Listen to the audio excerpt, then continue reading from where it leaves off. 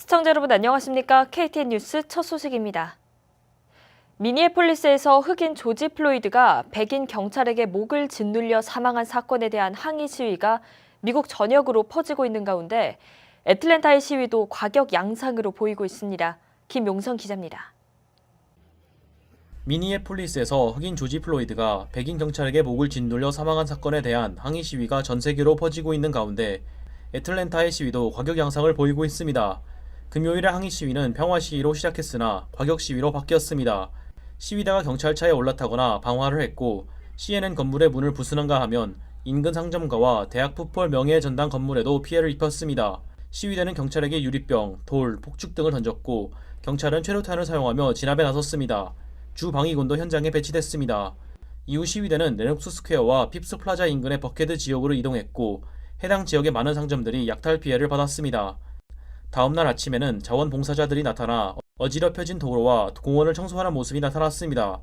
토요일에는 애틀랜타시뿐만 아니라 메트로 애틀랜타 지역에서도 시위가 이어졌습니다. 한인타운 인근의 쇼핑몰 슈가러프 밀스에서도 과격 시위가 벌어졌습니다. 시위대가 경찰에게 다가가 욕설과 돌팔매를 난무하는 순간이 있었지만 시위대 중 일부가 체포되면서 소강 상태에 들어갔습니다.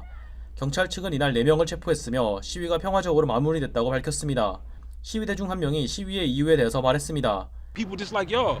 We bleed, we use the bathroom, we cry, we laugh, we humans, you know what I'm saying? We just been oppressed for years and we got a bad stigma because we've been oppressed. But we not, man. We good people, man. We just like everybody else, man. And we just want to be free. We ain't free. 경찰 측은 평화적인 시위는 환영하지만 범죄 행위와 도로 점거가 있을 경우 체포할 것이라고 경고했습니다. The Gwinnett County Police Department wants people to know that as long as they are peacefully protesting, they are more than welcome to come down here and protest. That being said, if the people that are coming down here to protest are wanting to be involved in criminal activity or to block roadways and keep people from being able to drive on those roadways, they are subject to arrest. 애틀랜타시에서는 토요일과 일요일에 평화 시위와 과격 시위 모두 나타났으며 통행 금지령 이후에 도로에서 시위를 벌인 인원들은 체포됐습니다. 한편 6월 7일에 한인타운 인근의 귀넷 플레이스에서 시위가 예고되면서 한인사회가 긴장하고 있습니다. 귀넷 카운티 샬롯 내시 의장은 연방 헌법에 따라 불법 행위를 하지 않는 한 정부의 허가 없이 시위가 가능하다고 밝혔습니다. 내시 의장은 과격한 행위로부터 주민들을 보호하기 위해서 법 집행 기관들이 협력하며 귀넷 카운티 내의 추가적인 시위 가능성에 대해서 예의주시하고 있다고 밝혔습니다. KTN 뉴스 김영성입니다. 지난 주말부터 과격 양상을 보이고 있는 애틀랜타 시위와 관련해 오늘 오후 한인 직능 단체장들이 모여 대책회의를 가졌습니다. 주 애틀랜타 총영사관 주재로 열린 오늘 대책회의의 참석자들은 현재 발생하고 있는 시위의 취지는 공감하지만 폭력 사태로 번지는 것에 대해서는 우려를 나타냈습니다. 무엇보다 시위 피해 예방을 위한 한인사회의 대처 방안에 대해서도 심도 있는 논의를 나눴습니다. 스티브 옹 기자입니다. 오늘 오후 애틀랜타 한인회관에서는 주 애틀랜타 총영사관과 애틀랜타 범한인 비상대책위원회 그리고 한인 직능단체장들이 참가한 가운데 긴급 회의가 열렸습니다. 조지 플로이드 사망과 관련 항의 시위가 메트로 애틀랜타 지역까지 확대되고 있는 가운데 지난 금요일 애틀랜타시 다운타운에서 열린 시위는 방화와 약탈로 이어지면서 과격 양상을 보이고 있기 때문입니다. 특별히 오늘 긴급회의는 오는 7일 한인타운인 둘루스 지역에서도 항의 시위가 열릴 것으로 예고되고 있어 총영사관 등 정부기관과 비대위 그리고 각 단체장들이 모여 향후 시위 관련 대책을 마련하기 위한 자리였습니다. 시위 사태로 인해 가지고 여러 가지 우리 동포 사회 내에서 여러 가지로 이제 걱정들이 많습니다. 그래서 그와 같은 문제에 대해서 아무래도 지금 한인 여러 단체에 계신 분들과 같이 한번 지금 상황을 한번 정리를 하고 앞으로 어떻게 해야 될지 그런 문제에 대해서 조금 논의를 하고자 해서 오늘 바쁘신 가운데에서도 자리를 좀 같이 해 주십사 그렇게 말씀을 드렸습니다. 조지아 한인식품협회 김백규 회장은 아직까지 협회 회원들로부터 피해 사례가 접수된 것은 없다고 전했습니다. 또한 다른 참석자들도 협회 회원 피해 사례는 접수된 것이 없으며 그러나 협회 차원에서 비상연락망을 가동, 혹시나 발생할 수 있는 만약의 사태를 대비하고 있다고 밝혔습니다. 화상회의로 참가한 김종훈 외식업 협회장은 귀네 카운티 정부와 경찰에 연락을 했다고 전하며 법으로 보장된 시위와 집회는 환영하되 불법이 자행되면 엄격하게 공권력을 집행할 것이라는 답변을 받았다고 전했습니다. 오늘 회의 참석자들은 기본적으로 항의 시위의 취지는 공감한다는 입장을 나타냈습니다. 그러나 폭력과 방화, 약탈로 이어지는 불법 시위가 한인 사회에 피해를 입히지 않을까 우려를 나타냈습니다. 피해 예방을 위해서는 오는 7일 하루 휴업에 들어가거나 시위자들에게 물이나 음료를 제공하는 등 공감을 표시하는 방법에 대해서도 의견을 피력하기도 했습니다. 한편 비대위 안전대책본부는 한인들이 많이 가입된 단체 카톡방을 중심으로 시위 현황과 여러 집계 등을 정리해 알릴 예정입니다. KTN 뉴스 스티원입니다. 오늘인 1일 애틀랜타시와 로렌스빌에서 야간 통행이 금지됩니다. 로렌스빌 경찰은 통행 금지가 오후 9시부터 시작된다고 밝혔습니다. 지난 주말 슈가로프밀 등지에서 시위가 발생한 것에 대한 조치로 알려졌습니다.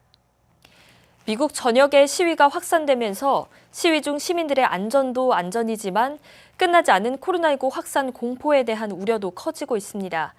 지금으로부터 2주는 지나야 시위 중 코로나19 확산에 대한 결과가 나올 텐데요. 수개월 동안 코로나19 확산을 막기 위해 힘썼던 노력들이 수포로 돌아가는 것은 아닌지 걱정이 커지고 있습니다. 오늘의 코로나19 집계를 정리해드립니다. 정부 지도자들과 보건 전문가들은 조지 플로이드의 죽음에 대한 시위 동안 코로나19 바이러스가 빠르게 확산될 수 있다는 우려를 표명했습니다. 대다수의 주에서 10명에서 25명 이상의 모임을 금지하고 있는 상황에서 대규모 집회가 코로나19 확산에 영향을 미친다는 것은 의심의 여지가 없다는 겁니다. 카이자 바텀스 애틀랜타 시장은 시위 참가자들에게 이번 주 내로 코로나19 검사를 받으라고 요청했습니다.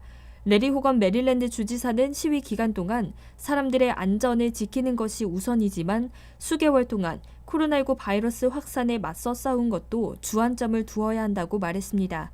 또 지난주부터 시작된 시위에서 코로나19 바이러스가 확산되었는지에 대한 통계는 2주가 지나야 알 수 있지만 수백 수천 명의 사람들이 운집하는 것이 건강에 좋지 않다는 것은 의심의 여지가 없다고 말했습니다. 월도미터 기준 오늘 오후 3시 2분 집계에 따르면 미국 내 코로나19 확진 환자는 184만 6,123명, 사망자는 10만 6,504명으로 집계됐습니다. 어제인 28일 목요일 하루 동안 미국의 신규 확진 환자는 2만 350명 늘고 사망자는 638명 는 것으로 집계됐습니다. 조지아주의 경우 전국에서 확진 환자 규모는 11번째, 사망자 규모는 14번째로 집계됐습니다. CNN과 뉴욕타임스 제공 조지아주 확진 환자 증가 그래프입니다. 빨간 선은 7일 평균선입니다. CNN과 뉴욕타임스의 그래프에서 조지아주의 경우 증가세가 유지되고 있는 양상을 보이고 있습니다. 조지아주 보건당국 6월 1일 1시 기준 주내 확진 환자는 47,618명, 사망자는 2,074명으로 집계됐습니다. 확진 환자 47,618명 중 풀턴 카운티 4,547명, 귀네 카운티 3,812명, 디케 카운티 3,755명을 차지하고 있습니다.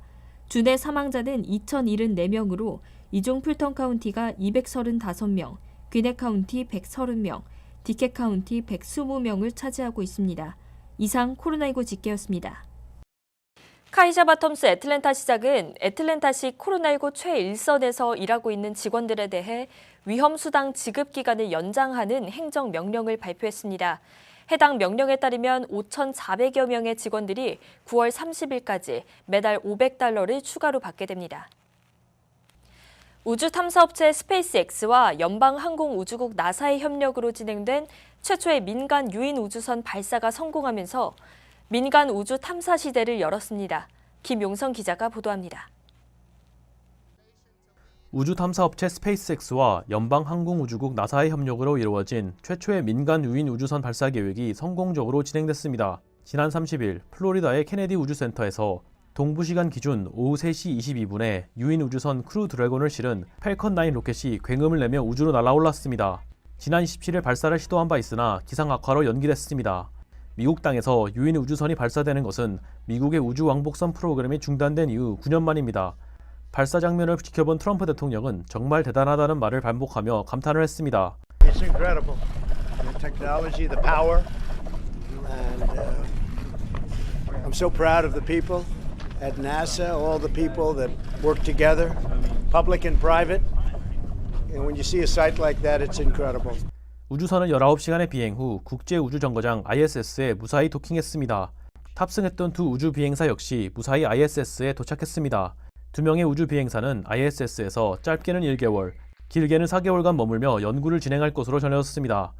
우주 비행사들의 정확한 체류 기간은 아직 정해지지 않은 것으로 전해졌습니다. 크루 드래곤이 귀환하면 스페이스X와 나사는 비행 데이터를 분석해 해당 우주선이 4명의 승객을 태우고 정기적으로 ISS를 왕복할 수 있는지 인증할 계획인 것으로 전해졌습니다. KTN 뉴스 김용성입니다. 급격히 변화하는 미국 현 상황에 대한 교민 여러분의 알 권리를 위해 KTN 뉴스는 내일도 최선을 다하겠습니다. 시청해주신 여러분 고맙습니다.